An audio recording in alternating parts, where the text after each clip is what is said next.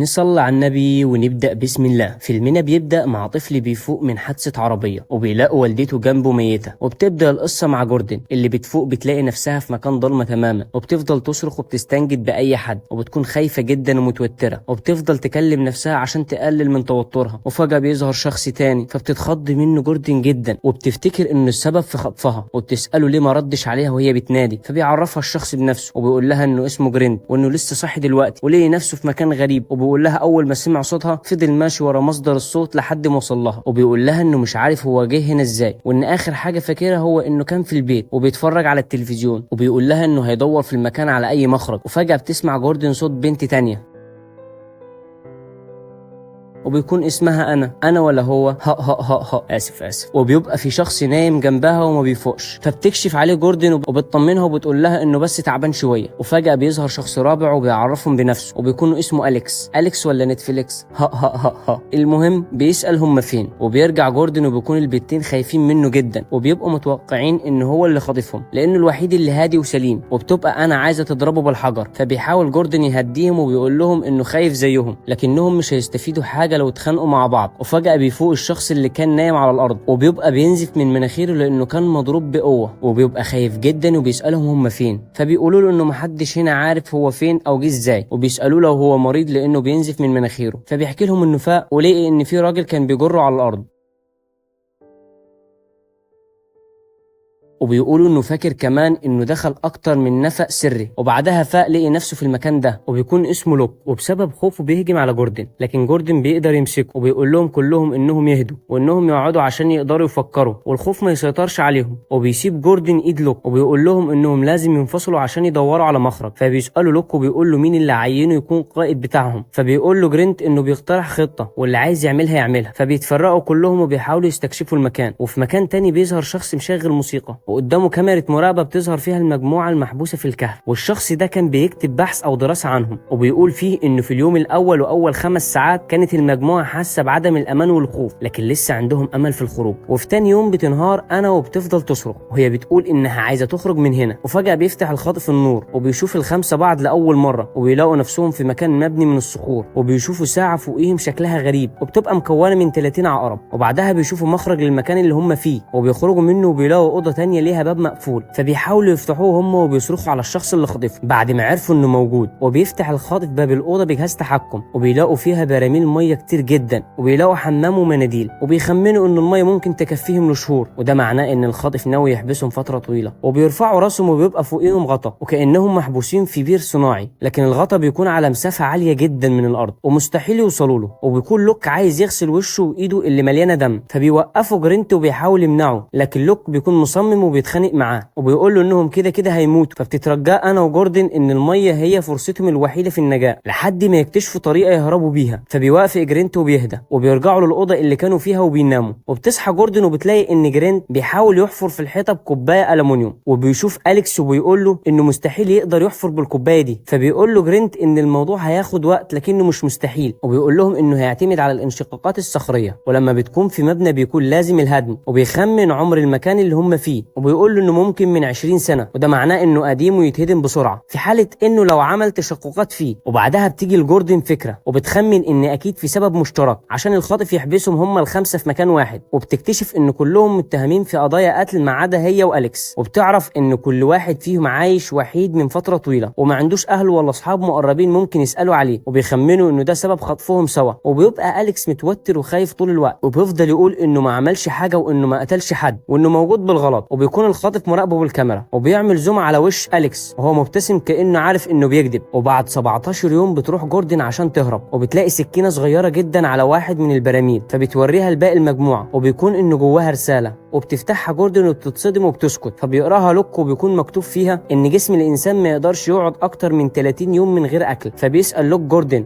عن معنى كلام الخاطف، وده لانهم بيكتشفوا انها دكتوره. فبتقول لهم جوردن ان السكينه اللي هو سايبها بتستخدم في قطع الجلد والانسجه بسهوله، وان الخاطف عايزنا ناكل بعض. فبيتصدم الكل وبتكون الفكره بعيده كل البعد عن دماغهم، لكن لوك بيبقى متوتر وبيفضل يلف حوالين السكينه. وبتسال انا لو هو عايز يقتل حد فعلا، فبيقول لها لوك انه عايز يقتل نفسه وبيخطف السكينه بسرعه. فبيتخانق جرينت معاه وبيقول له انا اتخنقت من طريقتك وخنزرتك، وانه مش هيسكت اكتر من كده والمره الجايه هيقتله. فبيهدى لوك وبيسمع كلامه كلامه. وبعد شويه بيسمعوا صوت موسيقى من فوق الارض وبيخمنوا انه ممكن في حد بره ممكن يسمعهم، فبيفضلوا كلهم ينادوا باعلى صوت. وبيكون في شاب وبنت مع بعض جنب البير، وفجاه بيسمعوا صوت المجموعه من تحت الارض، لكن بيلاقوا الغطا مقفول بالقفل وما بيقدروش يفتحوه. وقبل ما يتصلوا بالشرطه بيضرب عليهم الخاطف حقن مخدره وبيربطهم في العربيه بتاعتهم وبيرميها في النهر. وبيظهر ساعتها وش الخاطف واللي بيفتكر ليله حادثه الطفل وامه، وبنكتشف ان الطفل بيكون هو اللي شاف والدته بتموت قدامه، وبسبب ان مفيش صوت طلع تاني من الشابين ما بتعرفش المجموعه اللي حصل لهم، وبيبقوا فاكرين انهم بيطلبوا مساعده من اي حد. وبنرجع بالزمن لورا وبيظهر مشهد لرجال الشرطه اللي بيلاقوا جثه الام الميته والطفل مش جنبها، وبيلاقوا دراع الام مشوه تماما ومتاخد منه لحم. وبيسال واحد من الشرطه شرطيه تانية لو في حيوان ممكن يعمل كده، لكنها بتتخض من المنظر وبتقول له انه مستحيل يكون حيوان، وبياخدوا الجثه للمعامل الجنائيه. وبنرجع للمجموعه اللي بتفقد الامل ان حد ينقذها، وبيفضلوا قاعدين في الاوضه. وبيبقى جرينت بيحاول كل يوم انه يعمل شق في الحيط، واخيرا بيقدر يشيل طوبه من نص الحيط، وبتساعده باقي المجموعه عشان يكسروا باقي الحيطه، وبتقع الحيطه اخيرا، وبيكونوا مبسوطين جدا وبيلاقوا اوضه ورا الحيطه. واول ما بيدخلوها بيلاقوا جثث بشريه وهياكل عظميه، وبيتصابوا بالاحباط. وبتقول لهم انا ده هيبقى حالنا كمان كام يوم. وبيبقى جرينت اكتر واحد محبط لان كان عنده امل، فبتقول له جوردن انه ما ينفعش يفقد الامل ابدا وانهم كلهم محتاجينه. وفجاه بتلاقي عنده مشكله في التنفس وما بيكونش راضي يقول لها السبب، فبتترجى جوردن يثق فيها، فبيقول لها انه عنده مرض في القلب، فبتتصدم جدا وبتقول له انه اكتر واحد لازم يستريح وما يعملش اي مجهود. وبتتوجع انه هيكون اول واحد يموت. وبيقعدوا مع بعض وبيحكي لها جرينت عن بنته الصغيره واللي ما بيكونش شافها من فتره طويله، وبيقول لها انه نفسه يشوفها ولو لمره واحده بس. وبتتاثر جوردن جدا وبتقول له ان هي بقالها سنين مش بتخرج في الشمس وانها بتاخد بس الشفتات الليليه، لكنها دلوقتي بتتمنى انها ترجع شغلها وتخرج في ضوء الشمس وتستمتع بيه. وبتبقى انا قاعده لوحدها في اوضه الميه وبتدور عليها جوردن وبتقعد جنبها وبتحاول تطمنها، فبتسالها انا لو هم فعلا هيموت، فبتقول لها جوردن انه ده مش هيحصل، فبتترجاها انا تقول لها الحقيقه. وبتسال ايه هيحصل لهم بعد 30 يوم من انقطاع الاكل، فبتقول لها جوردن انهم في البدايه هيفقدوا كل سعراتهم الحراريه، والكبد هيفقد قدرته على افراغ الجلوكوز واللي مسؤول عن تغذيه الدماغ، وبسبب ان الدماغ مش متغذي مش هيقدر يؤدي وظيفته، وهيدخل كل يوم واحد فيهم في حاله اكتئاب وهستيريا ومش هيفكر بشكل سليم. وبعدها هيفقد الامل في اعضائه الداخليه انها تشتغل تاني بسبب قله الغذاء، وبعد فتره هيوقف الدماغ تماما. ساعتها مش هينفع اي اكل لانهم هيموتوا. وفي اليوم ال20 بيقرر لوك الخنزير انه يقتل جوردن وياكل من لحمها هو وباقي المجموعه، وبيهجم عليها وهي نايمه، وبيحاول جرينت يدافع عنها، وبتهجم جوردن على لوك مع جرينت لحد ما بتقدر تاخد منه السكينه وبتهدده بيها، فبيشجعها الكل انها تقتله ما عدا جرينت اللي بيحاول يهديها، فبتقرر انها تربط لوك علشان ما يعملش كده تاني. وفي اليوم ال22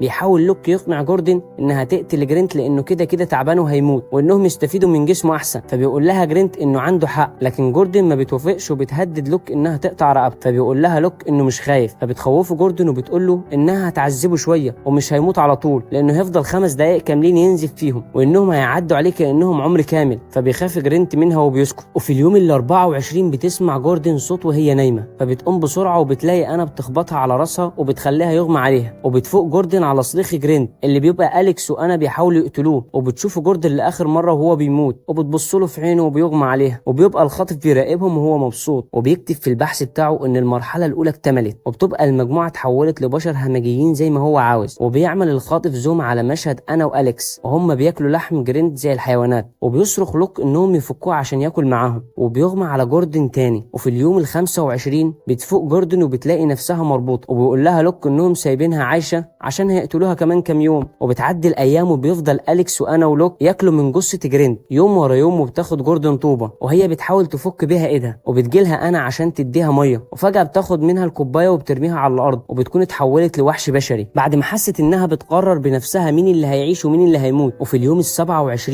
بيبقى أليكس بياكل من جثه جرينت، وفجاه بيقول لهم ان اللحم البشري بيأذي الروح وانه لو فضل كام يوم بيتحول للحم سام، عشان كده لازم ياكلوا لحم طازه. وبيفضل يقول كلام مش مفهوم، وبيحس لوك وانا ان أليكس اتجنن خلاص، فبيقول لوك انهم كمان كام يوم هياكلوا جوردن، وبيقول له انه متاكد انه لحمها احلى من لحم جرينت، فبيقول له أليكس ان جوردن بقت ضعيفه، وبيبص ناحيه انا فبيدافع عنها لوك، وبيقول له ما يفكرش ولو لثانيه انه يلمسها، وبيروح لوك لجوردن وبيحاول يفكها، وبيستغل أليكس الفرصه وبيهجم على انا وبيحاول ياكلها وهي حيه، لكن لوك بيهجم عليه بسرعه وبيقتله وبياكل لوك وانا من لحم أليكس. وفي اليوم ال28 بتفوق جوردن وبتقدر تفك ايدها، وبتلاقي انا ولوك نايمين، فبتاخد من لوك السكينه، وفي الوقت ده لوك بيفوق، فبتجري جوردن بسرعه ناحيه اوضه الميه، بس لوك بيلحقها وبيحاول يمسكها، لكن جوردن بتضربه بسكينه في عينه وبتفلت منه، وبتبقى بتحاول تقفل باب الاوضه لكن لوك بيحط ايده، فبتقفل جوردن الباب على ايده وبتتكسر. وبيتفرج الخاطف اللي بيكون متحمس جدا لجوردن الوحيده اللي متحولتش لانسان همجي، وبيقفل هو الباب باداه التحكم اللي معاه. وبتفضل جوردن في الاوضه بالايام وهي حالتها بتتدهور. وبيعدي 30 يوم وبتبقى الساعه اللي في الحيطه بعدد الايام اللي هيعيشوها. وبيفرح لوك وانا جدا لوصولهم لليوم ال30،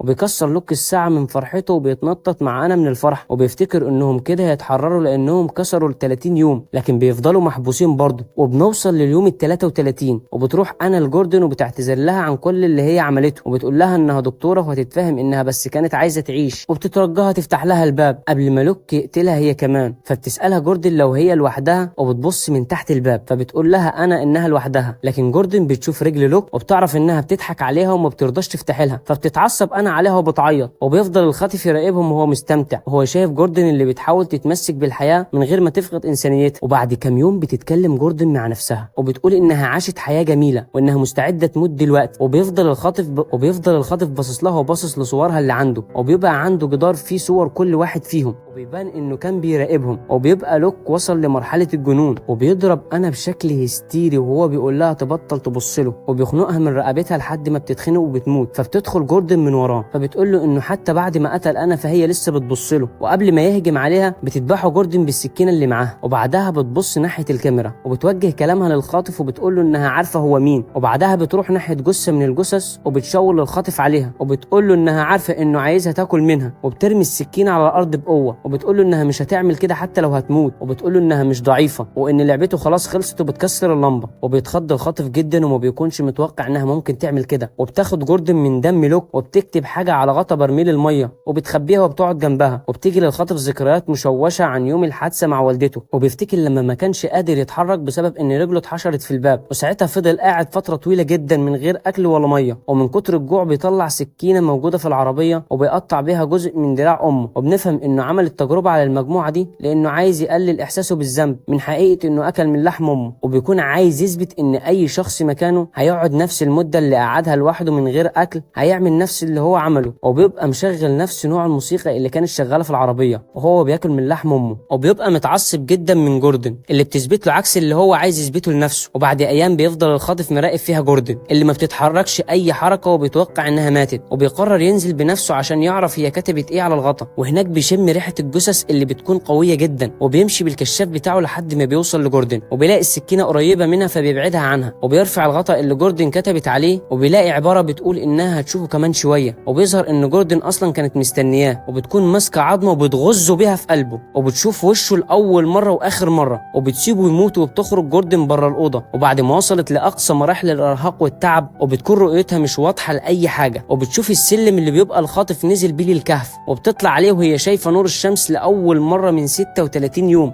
وبتخرج اخيرا للارض وهي في قمه سعادتها. فيلمنا بيخلص على كده. اشترك في القناه علشان تشوف كل افلامنا ومسلسلاتنا الجديده. لايك، واشوفك الفيديو الجاي. سلام.